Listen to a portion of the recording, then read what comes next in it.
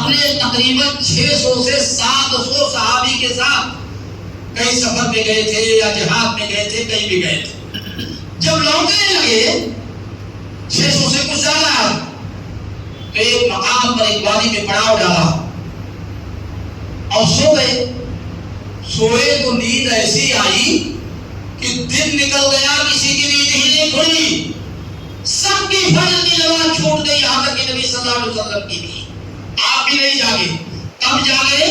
بخاری کے الفاظ ہیں حتی ضربتہم الشمس، یہاں تک کہ دھوپ کی کرنوں نے ان کو آگے مارا، کرنیں ان کے اوپر پڑنے لگی. جب دھوپ پڑی تو لوگ بیدار ہوئے. بیدار ہونے کے بعد اللہ کے نبی صلی اللہ علیہ وسلم نے کہا کہ اس جگہ سے آگے بڑھ لو، یہاں پہ شیطان رہتے ہیں. سنا دیا، ہم لوگوں کی فجر چھوٹ گئی. آگے بڑھے، دوسری وادی میں کچھ قریب گئے، وہاں جا کر کے لوگوں نے فجر کی نماز پڑھی. اور اس کے بعد ایک آدمی کو دیکھا کہ دور بیٹھا ہوا ہے، نماز نہیں پڑھ رہا. تو اللہ کے نبی صلی اللہ علیہ وسلم نے اس کو بلایا، کہا تم نے نماز کیوں نہیں پڑھی؟ کہا اللہ کے نبی صلی اللہ علیہ وسلم میں رات کو ناپاک ہو گیا تھا، اب پانی ہے نہیں، نہا نہیں پایا. سب لوگوں نے تیمم کر کے نماز پڑھی تھی، وضو کسی نے نہیں کیا، پانی ہی نہیں تھا. تو اللہ کے نبی صلی اللہ علیہ وسلم نے اس موقع پہ فرمایا کہ جس طرح سے وضو کے لیے تیمم کرتے ہو، ایسے ہی غسل کے لیے تیمم کر لیتے، یہ کافی تھا اور تم نماز پڑھ لیتے. اس کے بعد اللہ کے نبی صلی اللہ علیہ وسلم نے اپنے دو ساتھیوں کو، دو صحابیوں کو بھیجا کہ جا کر کے کہیں پانی تلاش کرو. راوی حدیث کہتے ہیں کہ وہ ایک صحابی حضرت علی رضی اللہ تعالیٰ عنہ تھے. ایک کون تھے، ان کا نام میں بھول گیا تو اس کو بتا بھی دیا کہ میں بھول گیا، لیکن ایک صحابی اور تھے. دونوں گئے پانی تلاش کرنے تو دیکھا ایک عورت، کوئی کافر عورت، ایک اونٹنی پر ایک بڑا سا گھڑا پانی رکھ کر کے لے کر کے جا رہی ہے. اس کو کہا کہ چلو، محمد صلی اللہ علیہ وسلم نے تمہیں بلایا ہے. تو اس عورت نے جانتے ہیں کیا کہا؟ کافر عورت نے کہا ہے وہی محمد جو بددین ہو گیا ہے، بددین محمد نے بلایا ہے. کہا تم کچھ بھی سمجھو لیکن تم کو چلنا پڑے گا.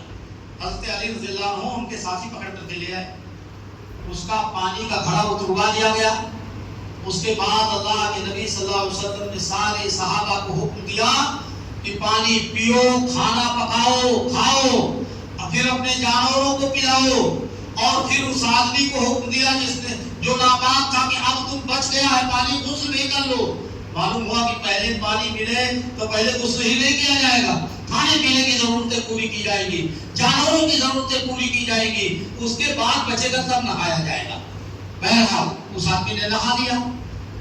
پھر اللہ کے نبی صلی اللہ علیہ وسلم نے اس عورت کو بلایا، کہا یہ دیکھ تیرے پانی کا ایک قطرہ ہم نے استعمال نہیں کیا ہے، جتنا پانی تھا لبالب بھرا ہوا ہے.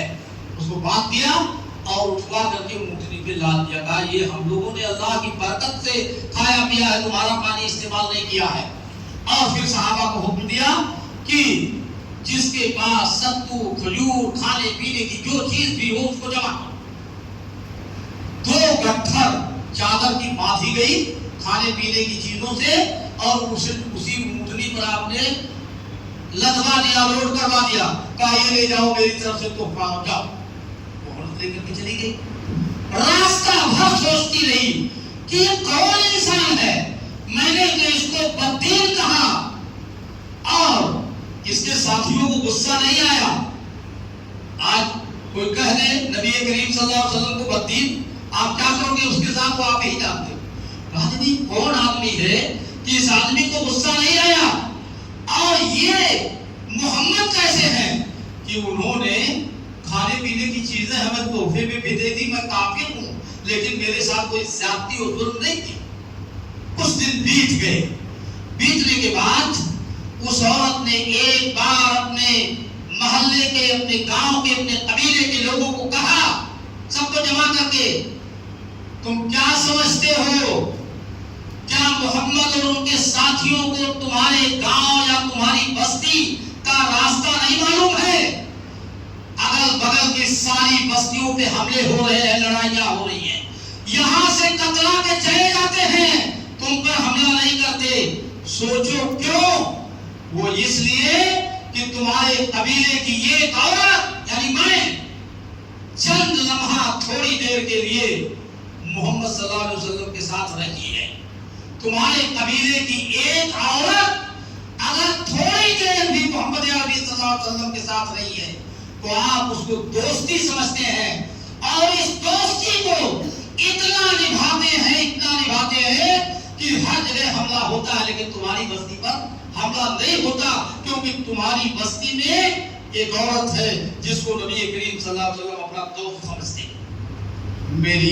میری رائے ہے کہ ایسا آدمی کبھی غلط نہیں ہو سکتا اور میری رائے ہے میرا مشورہ ہے کہ اس آدمی کے دین کو قبول کر لو. اسی لیے بھلائی ہے پوری کی پوری آبادی اس عورت کی دعوت پر مسلمان ہو گئی.